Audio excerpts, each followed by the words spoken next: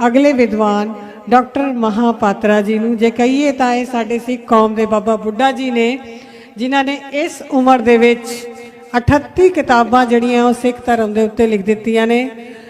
खुद भी ये उड़ीसा तो ब्राह्मण परिवार दे विच पैदा होए, पर तुसीं इन्हां दा स्वरूप देखो किन्ना सोहना बाणा ते किन्नी सोहनी विद्वता नाल इन्हां ने सिख धर्म की जिहड़ी है वो व्याख्या की है और विश्व प्रसिद्ध जिहड़ी है शख्सियत ने अज अभिनव महापात्रा जी। मैं उन्हां नूं सद्दा दिंदी हां मंच ते, प्लीज़ सर।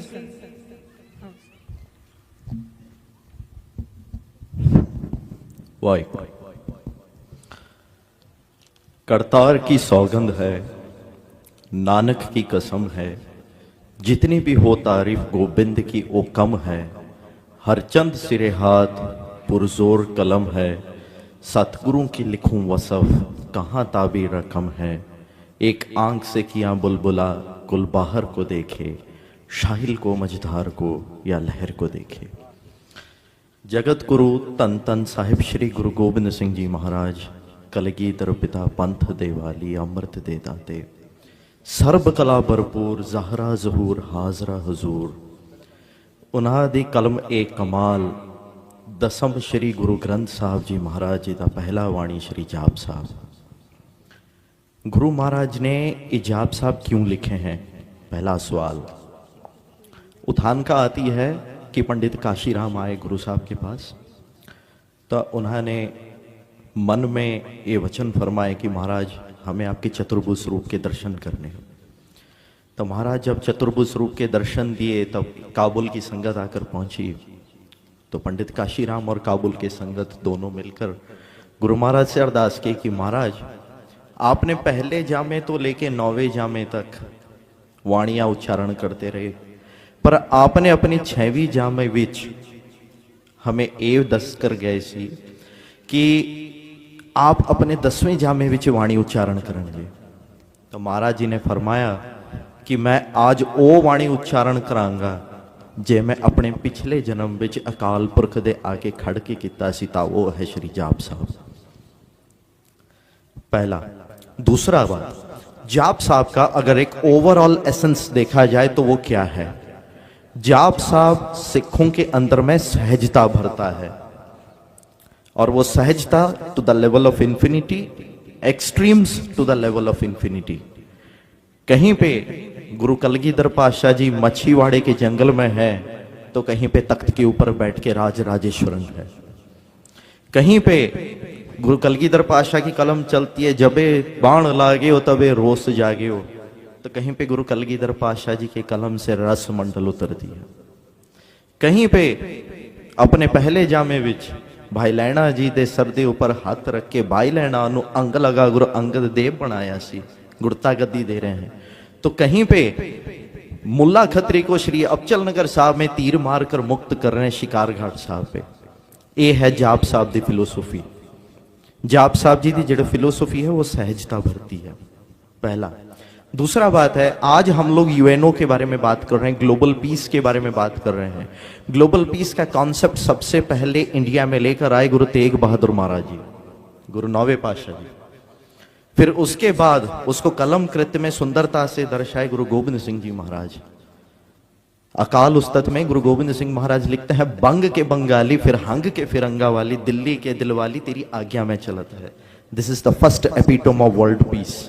पूरे दुनिया को खींचकर एक जगह में बिठाना, दिस इज ग्लोबल पीस।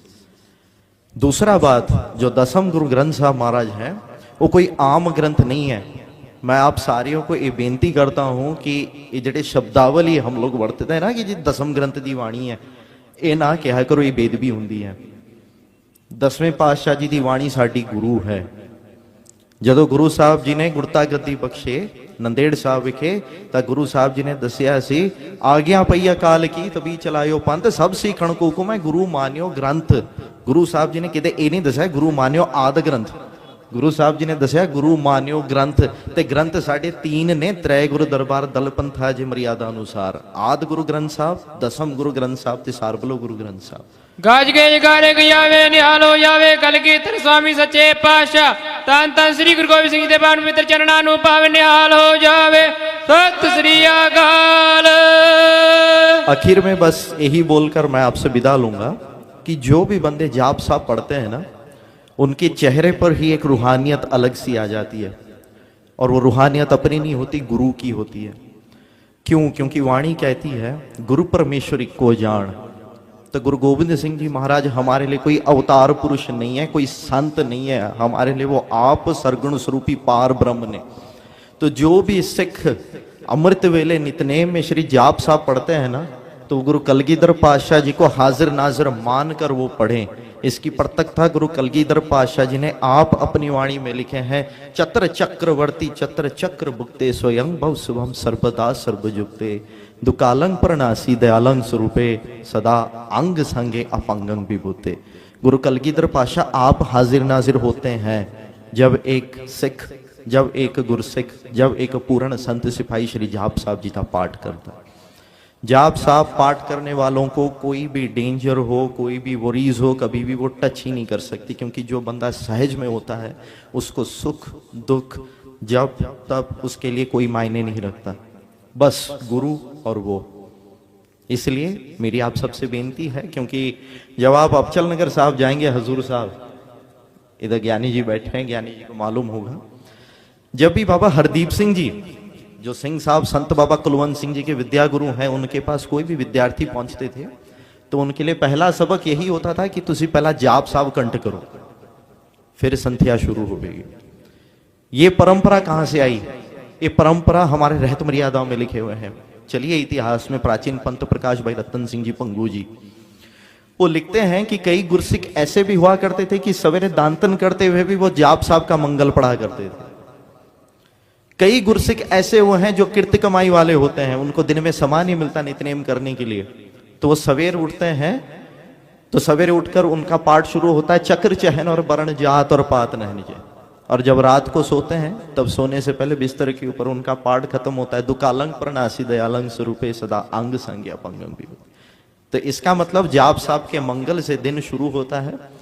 जो दिन है वो जाप साहब के रिदम में चलता है, और जो दिन का अखरीला है वो खत्म भी होता है तो जाप साहब के अंत का में। यह महात्म है जाप साहब का। मैं इतना ही बोलकर आप सबसे विदा लूंगा कि आप सब श्री जाप साहब जी का पाठ करें। दसम गुरु ग्रंथ साहब महाराज ते सार्वलो गुरु ग्रंथ साहब महाराज में गुरु कलगीधर पातशाह के जो भी कलम ए कमाल है उसको एक बारी आप देखें, क्योंकि महाराज ने इस ब्रह्मांड के संगीत के जितने भी एस्पेक्ट्स हैं, सार्वलो महाराज में मोर देन 300 रागों में महाराज ने शब्द उच्चारण किए हुए हैं। दसम गुरु ग्रंथ साहब महाराज में महाराज ने मोर देन 22 राग 22 रागां विच वाणियां जिक्र किए हुए ने, ते दसम महाराज विच छंदों की संख्या जिहड़ी है वो 147 है, ते सार्वलो महाराज जी दे जिहड़ी छंदों की संख्या है वो 300 से ऊपर वध जांदी। गाज गए गारे गयावे निहाल हो जावे, कलम दे लिखारी जुलम दे शिकारी सच्चे पातशाह, तन तन श्री गुरु गोबिंद सिंह दरबार में चरना नु पावे निहाल हो जावे। सत श्री अकाल।